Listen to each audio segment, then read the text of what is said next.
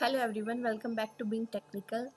React series में आज हम देखेंगे कि रिएक्ट में क्या क्या इवेंट्स होते हैं और रिएक्ट इवेंट्स को कैसे हम अप्लाई कर सकते हैं अपने रिएक्ट में, राइट।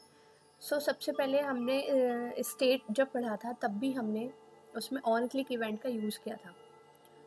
तो सबसे पहली बात तो ये है कि इसमें रिएक्ट जो इवेंट्स होते हैं वो कैमल केस सिंटेक्स में लिखे होते हैं। मीन्स जैसे ही किसी वर्ड में जो सेकंड वर्ड ऐड होता है तो वो with the upper case add होता है, राइट। तो इसको देखते हैं।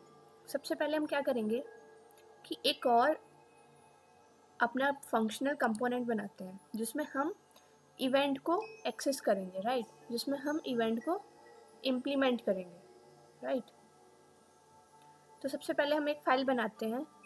उस फाइल का नेम सपोज जैसे हमने रख लिया है कार, और we can make a login page also. So login.js हमने एक कोई फाइल बनाई है, राइट। सो ये हमारा एक रिएक्ट का कंपोनेंट है। तो सबसे पहले फंक्शनल कंपोनेंट बनाने के लिए हमें क्या करना है, function and the component name, then just like a function we can write the body here. So in that body we can return something, right. We can return JSX that will appear on the UI.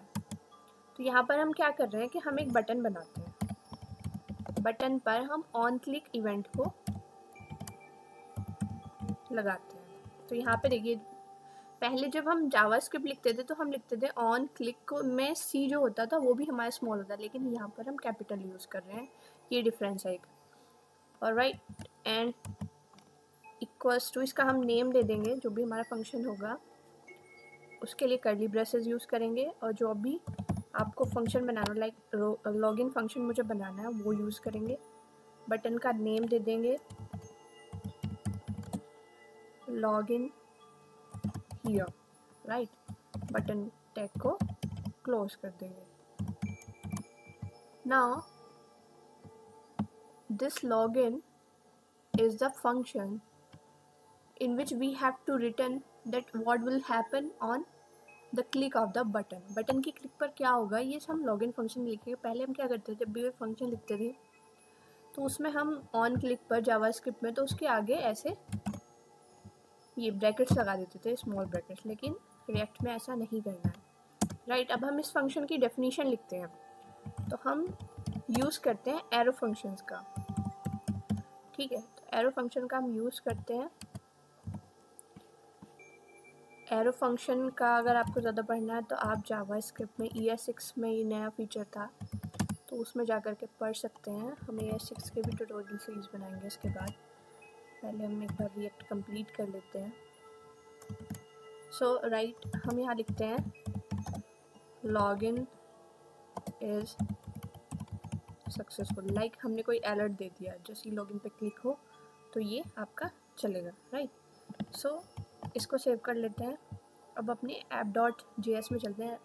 एक चीज़ और है कि अभी हमें इसको app.js में use करना है तो हमें इसको एक्सपोर्ट करना पड़ेगा। तो हम यहाँ पे लिखेंगे एक्सपोर्ट डिफ़ॉल्ट, नीचे अलग से भी लिख सकते हैं हम।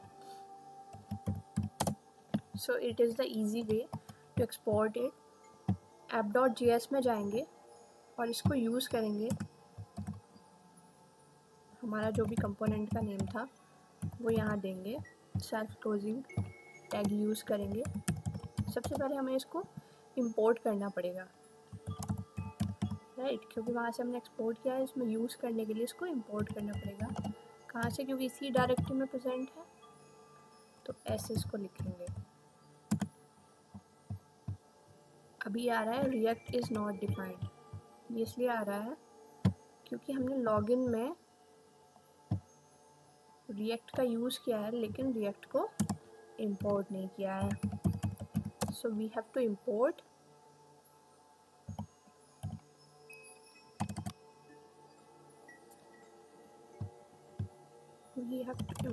react from react, right. So देखिए अब ये हमारा बिल्कुल सही वर्क कर रहा है।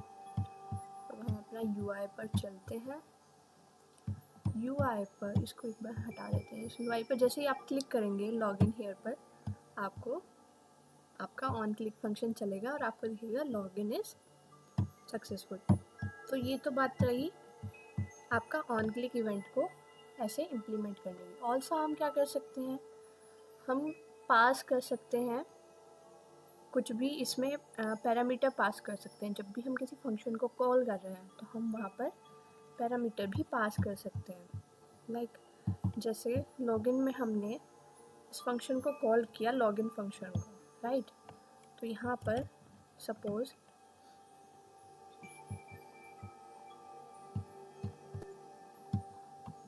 हमने पैरामीटर पास कर दिया,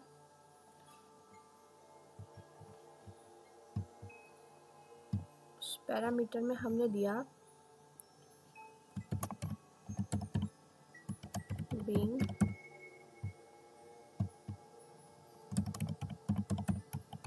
टेक्निकल। सो अब हम इसको यहाँ पर एक्सेस कर सकते हैं। यहाँ पर एक पैरामीटर ए के नाम से पास करेंगे और यहाँ पर इसको दिखाने के लिए हम ऐसे कर सकते हैं, डायरेक्ट ए लिख सकते हैं। इससे हमें पता लगे कि हाँ हम पैरामीटर को एक्सेस कर पा रहे हैं या नहीं। तो देखिए यहाँ पे आ रहा है बीइंग टेक्निकल अब, राइट। सॉरी, स्पेलिंग मिस्टेक हो गई है।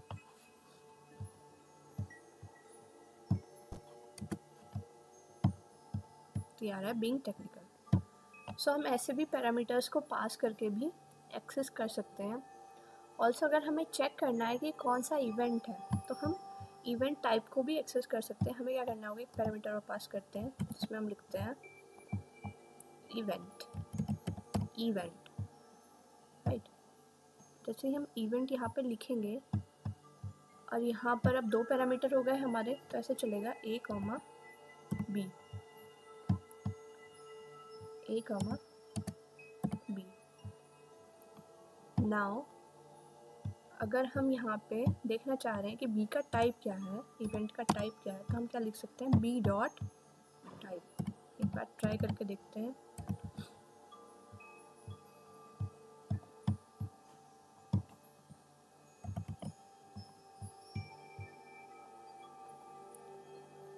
सो यहाँ पे टाइप आ रहा है that it is of type message. Okay, so the thing is कि हम यहाँ पर पहले हमें फंक्शन बनाना पड़ेगा यहाँ पर भी, तब हम एक्सेस कर पाए शायद। तो ये एक इवेंट है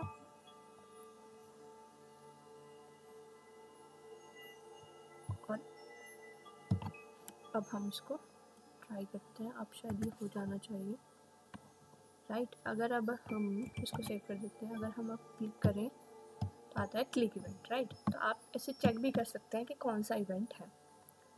So this is the video of handling events in React.